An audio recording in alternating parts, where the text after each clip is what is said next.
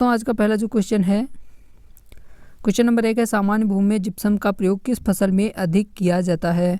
तो इसमें दोस्तों आपका जो राइट आंसर है वो हो जाएगा आपका ऑप्शन नंबर डी, यानी कि मूंगफली के लिए आपका राइट आंसर हो जाएगा। चलिए दोस्तों बढ़ते हैं अगले क्वेश्चन की ओर। क्वेश्चन नंबर दोस्तों 2 है, मृत्तिका खनिज में पोटास की अधिकता होती है। तो इसमें आपका दोस्तों जो राइट आंसर है वो हो जाएगा ऑप्शन नंबर सी, यानी कि इलाइट आपका राइट आंसर हो जाएगा। चलिए दोस्तों बढ़ते हैं अगले क्वेश्चन की ओर। क्वेश्चन नंबर 3 है, किस मृदा में धनायन विनिमय क्षमता सबसे अधिक होती है। तो इसमें आपका दोस्तों जो राइट आंसर है वो हो जाएगा ऑप्शन नंबर डी, यानी कि मटियार दोमट आपका राइट आंसर हो जाएगा। चलिए दोस्तों बढ़ते हैं अगले क्वेश्चन की ओर। क्वेश्चन नंबर दोस्तों 4 है, भूमि में किस पीएच मान पर फास्फेट को सबसे अधिक उपलब्धता होती है। तो यहाँ पर दोस्तों आपका राइट आंसर हो जाएगा ऑप्शन नंबर बी, यानी कि 6.5 पीएच मान पर जो है फास्फेट की सबसे अधिक उपलब्धता होती है। चलिए बढ़ते हैं अगले क्वेश्चन की ओर। क्वेश्चन नंबर 5 है, जल की भूमि की ऊपरी सतह से नीचे की ओर गति कहलाती है। तो इसका दोस्तों राइट आंसर हो जाएगा ऑप्शन नंबर ए, आपका यहाँ राइट हो जाएगा इनफिल्ट्रेशन जो है इसका राइट आंसर हो जाएगा, यानी कि जल की भूमि की ऊपरी सतह से नीचे की ओर बहने की गति को जो है इनफिल्ट्रेशन कहते हैं। चलिए बढ़ते हैं अगले क्वेश्चन की ओर। क्वेश्चन नंबर दोस्तों 6 है, प्रक्षेत्र प्रबंध एक विज्ञान है। तो इसमें दोस्तों आपका राइट आंसर हो जाएगा ऑप्शन नंबर ए, यानी कि आंतरिक प्रक्षेत्र विज्ञान। चलिए बढ़ते हैं अगले क्वेश्चन की ओर। क्वेश्चन नंबर 7 है, पर्वतीय मृदा हिली सॉइल्स का जो है निर्माण हुआ है। तो इसमें आपका दोस्तों राइट आंसर हो जाएगा ऑप्शन नंबर ए, यानी कि ग्रेनाइट व क्वार्टरजाइट चट्टानों से आपका ऑप्शन नंबर ए जो है राइट आंसर हो जाएगा। चलिए दोस्तों बढ़ते हैं अगले क्वेश्चन की ओर। क्वेश्चन नंबर दोस्तों 8 है, अम्लीय भूमि में प्रयोग के लिए उर्वरक है। तो इसमें दोस्तों आपका राइट आंसर हो जाएगा ऑप्शन नंबर डी, यानी कि सोडियम नाइट्रेट जो है अम्लीय भूमि के लिए प्रयोग किए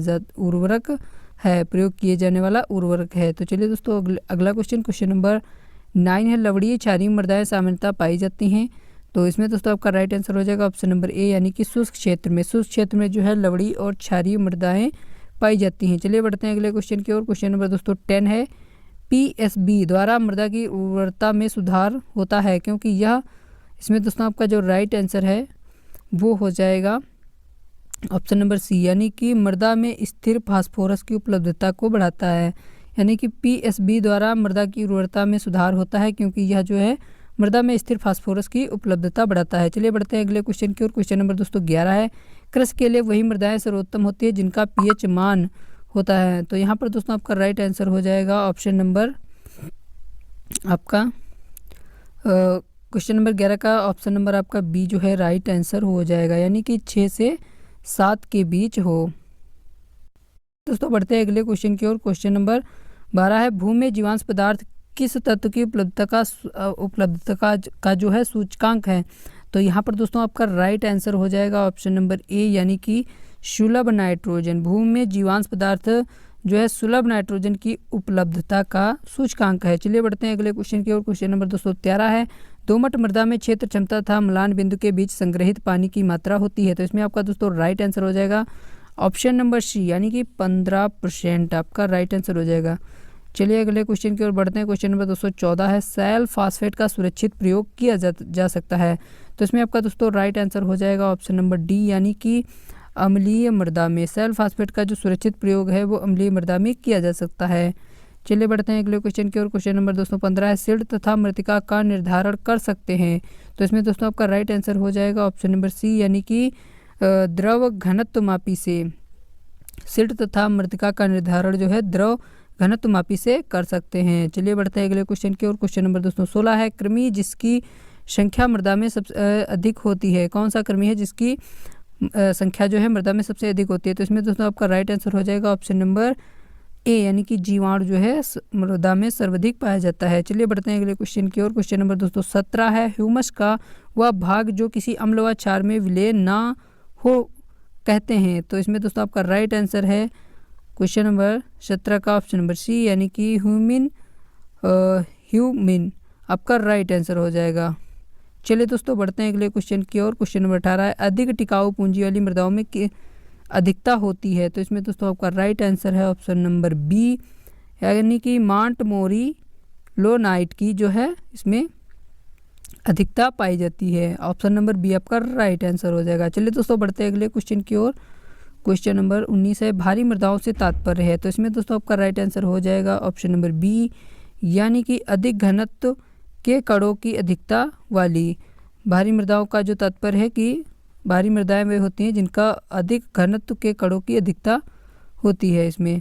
चलिए दोस्तों आगे बढ़ते हैं। अगला क्वेश्चन है, क्वेश्चन नंबर 20 है, क्ले मृदा का स्थूल घनत्व होता है। तो यहाँ पर आपका राइट आंसर दोस्तों हो जाएगा ऑप्शन नंबर ए, यानी कि 1.1 ग्राम प्रति सेंटीमीटर जो है यहाँ पर आपका राइट आंसर हो जाएगा। चलिए बढ़ते हैं अगले क्वेश्चन की ओर। क्वेश्चन नंबर 21 है, मृदा ऑर्डर्स की कुल संख्या है 10, 11, 12 या फिर 13। इसमें दोस्तों आपका राइट आंसर है ऑप्शन नंबर सी, यानी कि 12।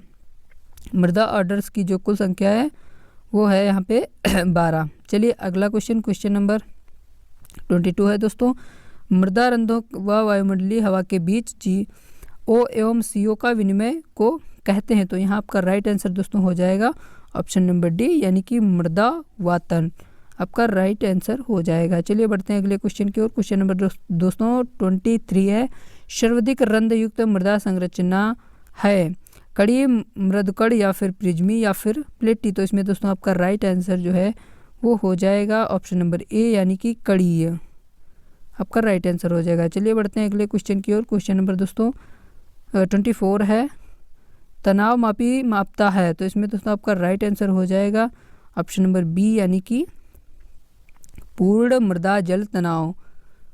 अगला क्वेश्चन दोस्तों क्वेश्चन नंबर 25 है, मृदा में चूना डालते हैं सुधार के लिए, यानी कि किसके सुधार के लिए जो है मृदा में चूना डालते हैं, किस मृदा के सुधार के लिए। तो इसमें दोस्तों आपका राइट आंसर जो है वो हो जाएगा ऑप्शन नंबर सी, यानी कि अम्लीय मृदा के सुधार के लिए जो है मृदा में चूना को डालते हैं। चलिए बढ़ते हैं अगले क्वेश्चन की ओर। क्वेश्चन नंबर दोस्तों 26 है, रेगोलित कहते हैं। तो इसमें दोस्तों आपका राइट आंसर हो जाएगा ऑप्शन नंबर सी, यानी कि A+B+C संग स्तर को। चलिए बढ़ते हैं अगले क्वेश्चन की ओर। क्वेश्चन नंबर 27 है दोस्तों, कललीय मृत्तिका कण का आकार इसमें कम होता है। तो इसमें दोस्तों आपका राइट आंसर हो जाएगा ऑप्शन नंबर डी, यानी कि 0.001 मिलीमीटर आपका राइट आंसर हो जाएगा ऑप्शन नंबर डी। चलिए बढ़ते हैं अगला क्वेश्चन। क्वेश्चन नंबर 28 है, पृष्ठ तनाव मापी उपकरण का प्रयोग मृदा जल मापन हेतु होता है। तो इसमें दोस्तों आपका राइट आंसर हो जाएगा ऑप्शन नंबर ए, यानी कि 0.8 बार तक। चलिए बढ़ते हैं अगले क्वेश्चन की ओर। क्वेश्चन नंबर 29 है, साधारण मृदा परीक्षण में उपलब्ध नाइट्रोजन का अनुमान किसकी मात्रा ज्ञात करके लगाते हैं। तो इसमें दोस्तों आपका राइट आंसर जो है वो हो जाएगा ऑप्शन नंबर डी, यानी कि जैविक कार्बन आपका राइट आंसर हो जाएगा। चलिए बढ़ते हैं अगला क्वेश्चन। क्वेश्चन नंबर दोस्तों क्वेश्चन नंबर 30 है, ऊसर यानी कि कलर भूमियों को सुधारा जा सकता है उसमें डालकर, यानी कि क्या डालकर जो है ऊसर और कलर भूमियों को सुधारा जा सकता है। तो यहाँ पर आपका दोस्तों राइट आंसर हो जाएगा ऑप्शन नंबर दोस्तों ए जो है आपका राइट आंसर हो जाएगा, यानी कि जिप्सम डालकर जो है ऊसर मृदाओं को सुधारा जा सकता है। चलिए अगला क्वेश्चन, क्वेश्चन नंबर दोस्तों 31 है, भूमि में उपस्थित पौधों के लिए उपलब्ध जल होता है। तो यहाँ पर आपका दोस्तों जो राइट आंसर है वो हो जाएगा ऑप्शन नंबर बी, यानी कि क्षेत्र क्षमता व अस्थायी मलान बिंदु के बीच। चलिए अगला क्वेश्चन, क्वेश्चन नंबर दोस्तों 32 है, रेत, सिल्ट तथा क्ले कणों के मृदा में पाए जाने वाला निश्चित 80% जो है विन्यास को कहते हैं। तो यहाँ आपका दोस्तों जो राइट आंसर है वो हो जाएगा ऑप्शन नंबर बी, यानी कि संरचना आपका राइट आंसर हो जाएगा ऑप्शन नंबर बी।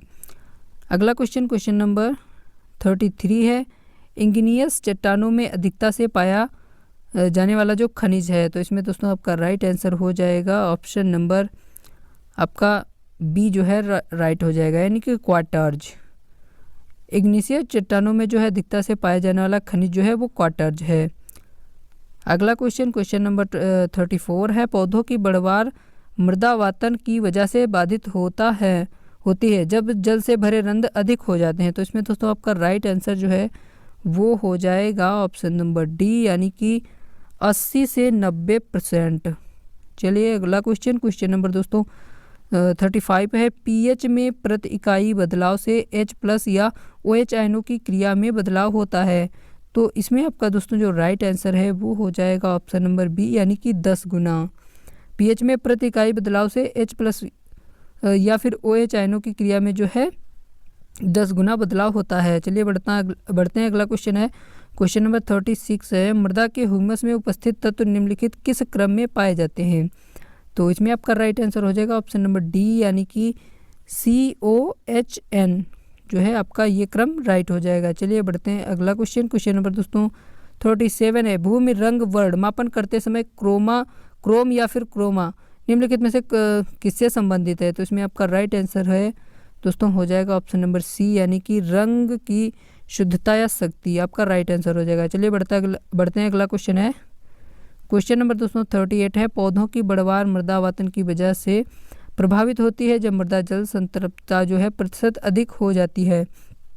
तो यहाँ पर आपका राइट आंसर हो जाएगा दोस्तों ऑप्शन नंबर डी जो है आपका राइट आंसर हो जाएगा, यानी कि 80 से 90 जो है यहाँ पर आपका राइट आंसर हो जाएगा। चलिए बढ़ते हैं। अगले क्वेश्चन है क्वेश्चन नंबर 39 है, मृदा पीएच का मान दर्शाता है। तो यहाँ पर आपका राइट आंसर हो जाएगा ऑप्शन नंबर बी, यानी कि क्रियाशील अम्लता को जो है दर्शाता है। मृदा पीएच का मान जो है क्रियाशील अम्लता को दर्शाता है। चलिए बढ़ते हैं। अगला क्वेश्चन है क्वेश्चन नंबर दोस्तों 40 है, CaCO का Ca तुल्यांक है। तो यहाँ पर आपका राइट आंसर हो जाएगा दोस्तों क्वेश्चन नंबर 40 का ऑप्शन नंबर ए आपका राइट आंसर हो जाएगा, यानी कि 0.56 यानी कि 0.56 आपका राइट आंसर हो जाएगा। अगला क्वेश्चन है क्वेश्चन नंबर 41 है, जैविक मृदाओं का ऑर्डर है। तो इसमें आपका राइट आंसर जो है वो हो जाएगा ऑप्शन नंबर सी, यानी कि हिस्टोसोल जो है आपका राइट आंसर हो जाएगा। जैविक मृदाओं का ऑर्डर है हिस्टोसोल। अगला क्वेश्चन नंबर 42 है, मृदा में निम्न में से किस जीव की संख्या सर्वाधिक होती है? तो ये क्वेश्चन हो चुका है, जैसा कि इसमें आपको पता होगा। इसमें आपका राइट आंसर है दोस्तों जीवाणु आपका राइट आंसर हो जाएगा। चलिए दोस्तों बढ़ते हैं। अगला क्वेश्चन नंबर 43 है, ऊसर भूमि सुधार में किस रसायन का जो है प्रयोग होता है? तो इसमें आपका राइट आंसर दोस्तों जो है हो जाएगा ऑप्शन नंबर ए, यानी कि कैल्शियम फास्फेट का सल्फेट का जो है उपयोग किया जाता है ऊसर भूमि के सुधार के लिए। चलिए बढ़ते हैं। अगला क्वेश्चन नंबर दोस्तों 44 है, भूमि क्षमता वर्गीकरण के अंतर्गत खेती योग्य भाग 4 वर्गों में विभाजित किया है और विभिन्न रंगों में दर्शन किया गया है। गलत उत्तर चुनिए। तो इसमें आपका राइट आंसर हो जाएगा ऑप्शन नंबर सी, यानी कि वर्ग 3 और नारंगी। चलिए बढ़ते हैं। अगला क्वेश्चन नंबर दोस्तों 45 है, मृदा में किस तत्व की मात्रा सर्वाधिक है? तो इसमें आपका राइट आंसर हो जाएगा दोस्तों ऑप्शन नंबर आपका यहाँ पे अच्छी लगी होगी और क्लास अच्छी लगी हो तो क्लास को लाइक ज़रूर करें और अपने दोस्तों के साथ भी शेयर करें और साथ में हमारे चैनल भी सब्सक्राइब कर लें ताकि सभी क्लासों की अपडेट जो है आप तक पहुँचती रहे। तो चलिए दोस्तों मिलते हैं अगली क्लास में। ऑक्सीजन जो है सबसे ज़्यादा मृदा में जो है पाया जाने वाला तत्व है। अगला क्वेश्चन नंबर दोस्तों 46 है, मृदा संरचना निर्देशित करता है। तो यहाँ पर आपका राइट आंसर दोस्तों हो जाएगा आपका ऑप्शन नंबर ए, यानी कि मृदा कणों की रचना विन्यास को। मृदा संरचना जो है निर्देशित करता है मृदा कणों की संरचना विन्यास को। चलिए बढ़ते हैं। अगला क्वेश्चन नंबर दोस्तों 47 है, उत्तरांचल के पर्वतीय क्षेत्रों में कौन सी मृदा जो है प्रचुर मात्रा में पाई जाती है? तो यहाँ पर दोस्तों जो आपका राइट आंसर है वो हो जाएगा ऑप्शन नंबर ए, यानी कि अम्लीय मृदाएं जो हैं उत्तरांचल के पर्वतीय क्षेत्रों में प्रचुर मात्रा में पाई जाती हैं। चलिए आगे बढ़ते हैं। अगला क्वेश्चन नंबर दोस्तों 48 है, मृदा जल स्तर से निम्न में से कौन सा शब्द जो है संबंधित है? तो इसमें आपका राइट आंसर दोस्तों हो जाएगा ऑप्शन नंबर सी, यानी कि ऑप्शन नंबर सी आपका राइट आंसर हो जाएगा। PF जो है जल स्तर से संबंधित है, मृदा जल स्तर से संबंधित है। अगला क्वेश्चन नंबर 49 है, निम्न में से कौन सी लवण सहनशील फसल है? तो इसमें दोस्तों आपका राइट जो आंसर है वो हो जाएगा ऑप्शन नंबर बी, यानी कि चुकंदर जो है वो लवण सहनशील फसल है। अगला क्वेश्चन नंबर 50 है दोस्तों, मृदा में यूरिया की लंबी अवधि में प्रयोग का प्रभाव होता है, यानी कि लगातार अगर आप यूरिया का प्रयोग करते हैं तो इसका क्या प्रभाव होगा? तो यहाँ पर आपका दोस्तों राइट आंसर जो है वो हो जाएगा ऑप्शन नंबर सी, यानी कि अम्लीय मृदा जो है अम्लीय हो जाती है लगातार प्रयोग से।